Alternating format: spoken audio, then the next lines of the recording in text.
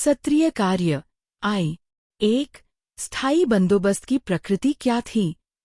चर्चा कीजिए। स्थायी बंदोबस्त, जिसे 1793 में लॉर्ड कॉर्नवालिस द्वारा बंगाल, बिहार और उड़ीसा में लागू किया गया था, ब्रिटिश भूराजस्व प्रशासन के एक महत्वपूर्ण घटक के रूप में सामने आया। यह व्यवस्था राजस्व के निर्धारण और संग्रहण की दिशा में एक बड़ा कदम था और इसका उद्देश्य कंपनी के लिए राजस्व का एक निश्चित स्रोत सुनिश्चित करना था। स्थायी बंदोबस्त की प्रकृति को समझने के लिए इसकी प्रमुख विशेषताओं पर ध्यान देना आवश्यक है। जमींदारों को भूमि का मालिक बनाना। इस व्यवस्था के तहत जमींदारों को भूमि का पूर्ण मालिक बना दिया गया। पहले वे केवल राजस्व संग्राहक थे, लेकिन अब उन्हें भूमि का वंशानुगत अधिकार दिया गया। राजस्व की निश्चितता। कंपनी ने जमींदारों के साथ राजस्व की राशि निश्चित कर दी थी, जिसे जमींदारों को हर साल एक निश्चित समय पर कंपनी को जमा करना होता था। यह राशि स्थायी थी और भविष्य में इसमें वृद्धि नहीं की जानी थी। जमींदारों को कुल एकत्रित राजस्व का लगभग 10/11 भाग सरकार को देना होता था और 1/11 भाग अपने पास रखना होता था। किसानों की स्थिति। इस व्यवस्था ने किसानों, रियतों को जमींदारों की दया पर छोड़ दिया। जमींदारों ने किसानों से मनमाना किराया वसूला और उन्हें छोटी छोटी जोतों पर खेती करने वाले किराएदार बना दिया। किसानों के पास अपनी भूमि पर कोई सुरक्षा या अधिकार नहीं था और वे बेदखली के प्रति संवेदनशील थे। इस व्यवस्था के कारण किसानों की स्थिति दयनीय हो गई और वे अक्सर ऋणग्रस्त रहते थे। कंपनी का उद्देश्य। कंपनी का मुख्य उद्देश्य प्रशासन को एक स्थिर राजस्व आधार प्रदान करना था। उन्हें उम्मीद थी कि जमींदार अपनी बढ़ी हुई संपत्ति का उपयोग कृषि में निवेश करने और उत्पादन बढ़ाने के लिए करेंगे, जिससे कंपनी को नियमित राजस्व प्राप्त होगा। जमींदारों का वर्ग। स्थायी बंदोबस्त ने जमींदारों का एक नया, वफादार वर्ग तैयार किया जो ब्रिटिश शासन का समर्थक था। हालांकि कई पुराने जमींदार निश्चित राजस्व राशि जमा न कर पाने के कारण अपनी जमींदारी खो बैठे और उनकी जगह नए जमींदारों, जिन्हें अक्सर नीलामीदार कहा जाता था, ने ले ली। व्यवस्था की कमियां। कंपनी के दृष्टिकोण से स्थायी बंदोबस्त ने शुरुआती वर्षों में नियमित राजस्व सुनिश्चित किया। हालांकि जमींदारों द्वारा किसानों के शोषण और कंपनी के राजस्व में भविष्य में वृद्धि न होने जैसी समस्याएं सामने आईं। संक्षेप में, स्थायी बंदोबस्त एक ऐसी व्यवस्था थी जिसने जमींदारों को भूमि के मालिक के रूप में स्थापित किया, राजस्व को निश्चित किया, लेकिन किसानों को असुरक्षित स्थिति में छोड़ दिया। इसका ब्रिटिश शासन और भारतीय कृषि अर्थव्यवस्था पर दूरगामी प्रभाव पड़ा। 2. भारतीय राष्ट्रीय कांग्रेस में नरमपंथियों व गरमपंथियों के बीच अंतर पर चर्चा कीजिए। भारतीय राष्ट्रीय कांग्रेस (INC) के गठन के बाद इसमें दो मुख्य विचारधाराओं और कार्यप्रणाली के आधार पर दो समूह उभरे: नरमपंथी उदारवादी और गरमपंथी उग्रवादी। इन दोनों समूहों के बीच दृष्टिकोण और तरीकों में महत्वपूर्ण अंतर थे, खासकर 20वीं शताब्दी की शुरुआत में। नरमपंथी उदारवादी। नरमपंथी कांग्रेस के प्रमुख नेता थे जो शुरुआती दौर 1885 से 1905 में हावी थे। कार्यप्रणाली। नरमपंथी संवैधानिक तरीकों जैसे प्रार्थना पत्र, याचिकाएं, ज्ञापन और प्रतिनिधि मंडल भेजने में विश्वास करते थे। उनका मानना था कि ब्रिटिश न्यायप्रिय हैं और सही मांगों को स्वीकार करेंगे। वे शांतिपूर्ण तरीकों से राजनीतिक सुधार प्राप्त करना चाहते थे। उद्देश्य। उनका मुख्य उद्देश्य प्रशासनिक और संवैधानिक सुधार थे। वे भारतीयों को प्रशासन और विधान परिषदों में अधिक भागीदारी दिलाना चाहते थे। वे स्वशासन की तत्काल मांग नहीं कर रहे थे, बल्कि चरणबद्ध सुधारों के पक्षधर थे। नेता। प्रमुख नरमपंथी नेताओं में दादा भाई नौरोजी, फिरोज शाह मेहता, दिनशावाचा और गोपाल कृष्ण गोखले शामिल थे। ब्रिटिश शासन के प्रति दृष्टिकोण। वे ब्रिटिश शासन को भारत के लिए कुछ लाभकारी मानते थे, खासकर आधुनिक विचारों और संस्थाओं की शुरुआत के संदर्भ में। गरमपंथी उग्रवादी। गरमपंथी 20वीं शताब्दी की शुरुआत में कांग्रेस के भीतर उभरे और अधिक सक्रिय भूमिका निभाई। कार्यप्रणाली। नरमपंथियों के तरीकों से असंतुष्ट होकर गरमपंथी बहिष्कार, स्वदेशी, राष्ट्रीय शिक्षा और निष्क्रिय प्रतिरोध जैसे तरीकों में विश्वास करते थे।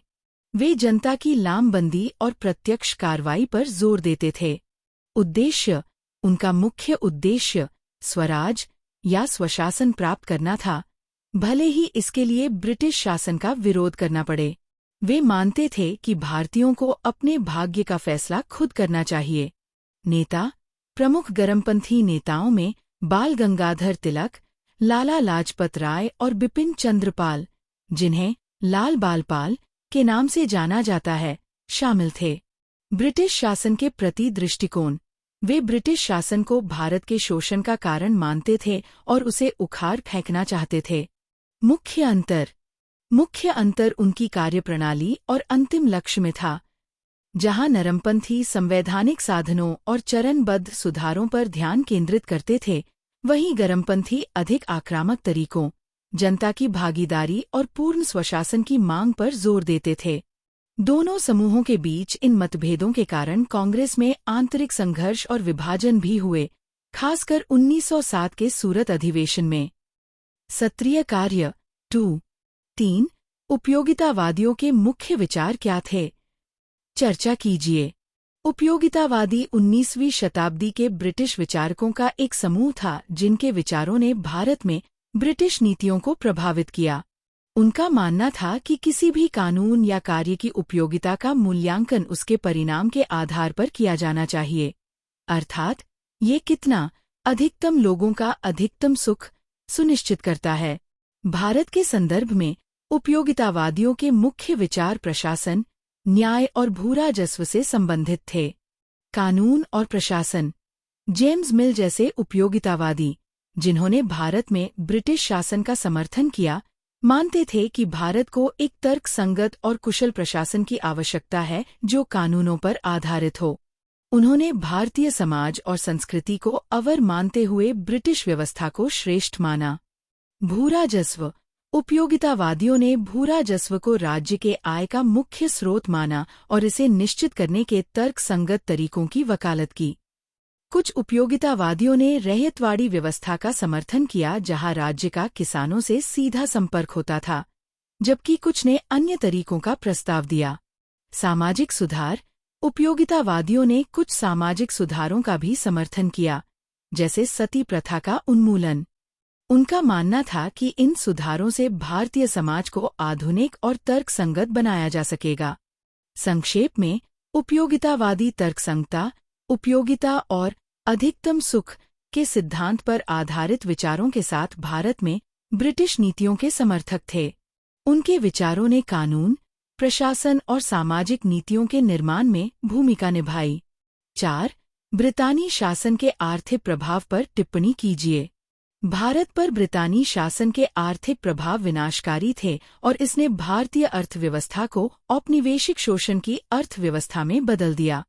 ब्रिटिश नीतियों का मुख्य उद्देश्य इंग्लैंड के औद्योगिक क्रांति के लिए कच्चे माल प्राप्त करना और ब्रिटिश उत्पादों के लिए बाजार उपलब्ध कराना था। प्रमुख आर्थिक प्रभाव इस प्रकार थे।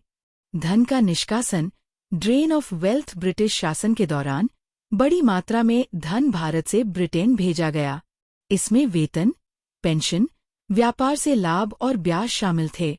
यह धन निष्कासन भारत की गरीबी का एक प्रमुख कारण बना। व्योद्योगीकरण, डी-इंडस्ट्रियलाइजेशन। ब्रिटिश नीतियों के कारण भारत के पारंपरिक हस्तशिल्प और उद्योगों का पतन हुआ। ब्रिटेन से आयातित मशीन निर्मित सस्ते माल ने स्थानीय उद्योगों को प्रतिस्पर्धा से बाहर कर दिया। कृषि का वाणिज्यीकरण, कमर्शियलाइजेशन ऑफ एग्रीकल्चर। कृषि को नकदी फसलों जैसे कपास, नील, पटसन, चाय आदि के उत्पादन पर केंद्रित किया गया, जिनकी मांग ब्रिटेन में थी।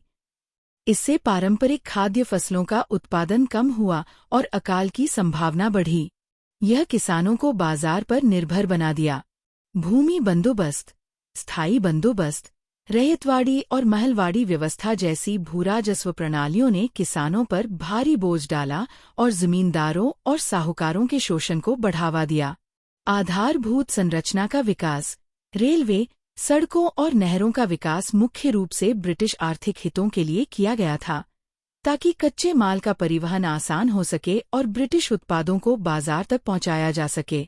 कुल मिलाकर ब्रितानी शासन का भारतीय अर्थव्यवस्था पर नकारात्मक प्रभाव पड़ा, जिसने इसे एक पिछड़ी और गरीब अर्थव्यवस्था बना दिया जो ब्रिटेन के हितों की सेवा करती थी।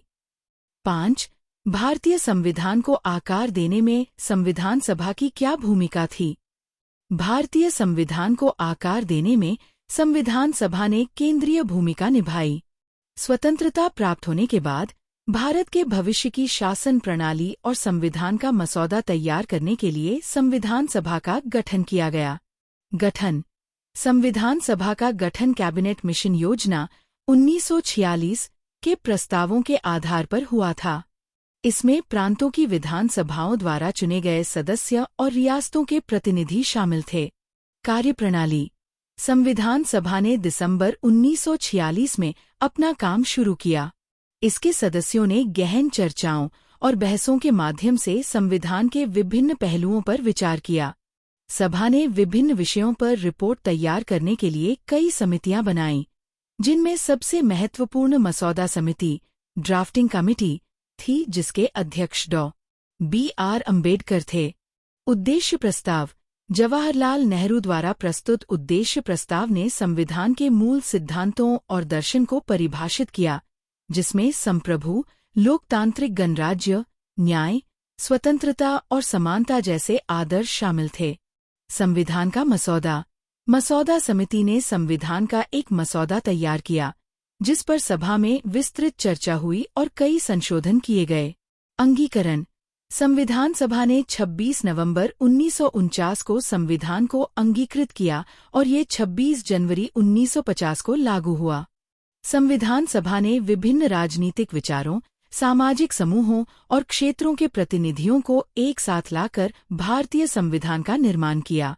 इसने भारत के लोगों की संप्रभुता का प्रतिनिधित्व किया और स्वतंत्रता के बाद देश की शासन व्यवस्था की नींव रखी। सत्रीय कार्य: 6. रैयतवाड़ी बंदोबस्त। रैयतवाड़ी बंदोबस्त ब्रिटिश भूराजस्व व्यवस्था की एक प्रणाली थी, जिसे मद्रास और बम्बई प्रेसिडेंसी के कुछ हिस्सों में लागू किया गया था। इस व्यवस्था के तहत राज्य का सीधा संबंध किसान, रैयत से स्थापित किया गया था। जमींदारों के बजाय व्यक्तिगत किसान को भूमि का मालिक माना गया और उसे सीधे सरकार को राजस्व का भुगतान करना होता था। राजस्व की राशि भूमि के आकलन के आधार पर तय की जाती थी। हालांकि यह व्यवस्था भी किसानों के लिए समस्याएं लेकर आई, क्योंकि राजस्व की दरें अक्सर ऊंची होती थीं और उन्हें कठिन परिस्थितियों में भी भुगतान करना पड़ता था। 7. 18वीं शताब्दी में हैदराबाद राज्य का गठन।